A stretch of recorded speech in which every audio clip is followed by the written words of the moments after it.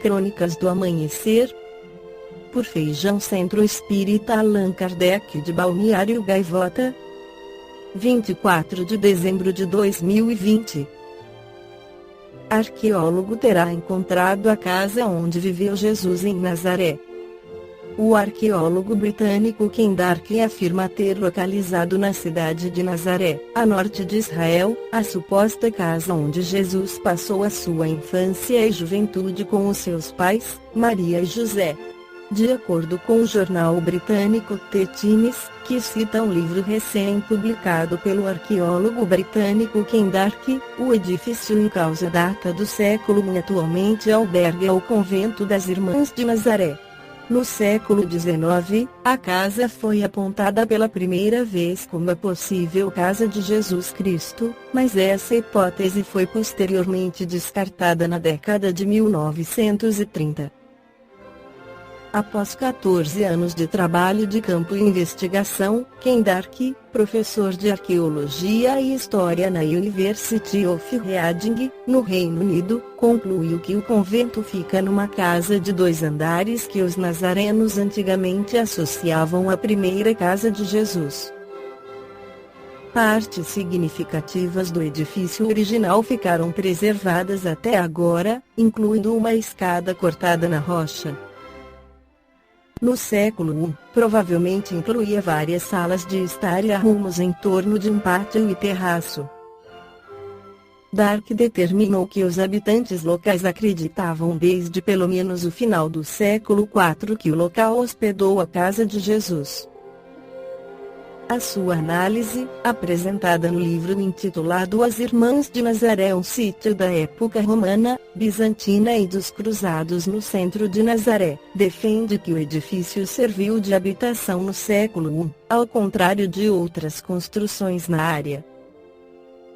A investigação do arqueólogo revela que o seu excelente artesanato e escultura em pedra confirmam que a casa foi construída e de propriedade de um tecton, a descrição do Novo Testamento da profissão de José, uma palavra que não significa apenas carpinteiro, mas também pedreiro. Não é lamentavelmente pobre, mas também não há sinal de grande riqueza. É muito comum, disse Dark, em declarações à CBS News.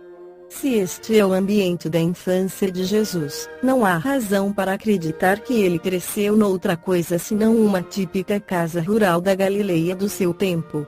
O local foi convertido na época romana numa pedreira e num cemitério. Depois de o cristianismo se ter tornado a religião oficial do Império Romano em 380, foi construída uma pequena igreja caverna que se tornou um importante local de peregrinação naquele local. Em A Gênese, Allan Kardec esclarece que sem nada prejulgar sobre a natureza do Cristo, que não entra no quadro desta obra examinar, não o considerando, por hipótese, senão como um espírito superior, não se pode impedir de reconhecer nele um dos de ordem a mais elevada e que é colocado, por suas virtudes bem acima da humanidade terrestre. Pelos imensos resultados que tem produzido, sua encarnação neste mundo só poderia ser de uma de suas missões que só são confiadas aos mensageiros diretos da divindade para cumprimento de seus desígnios.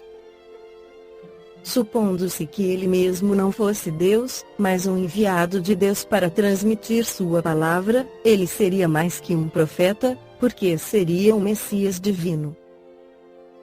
Como homem, tinha organização dos seres carnais, mas, como espírito puro, destacado da matéria, ele devia viver a vida espiritual mais que a vida corpórea, da qual não tinha absolutamente as fraquezas. Sua superioridade sobre os homens nunca conservava as qualidades particulares de seu corpo, mas a de seu espírito que dominava a matéria de uma maneira absoluta, e a do seu perispírito aurido na parte a mais quintessenciada dos fluidos terrestres.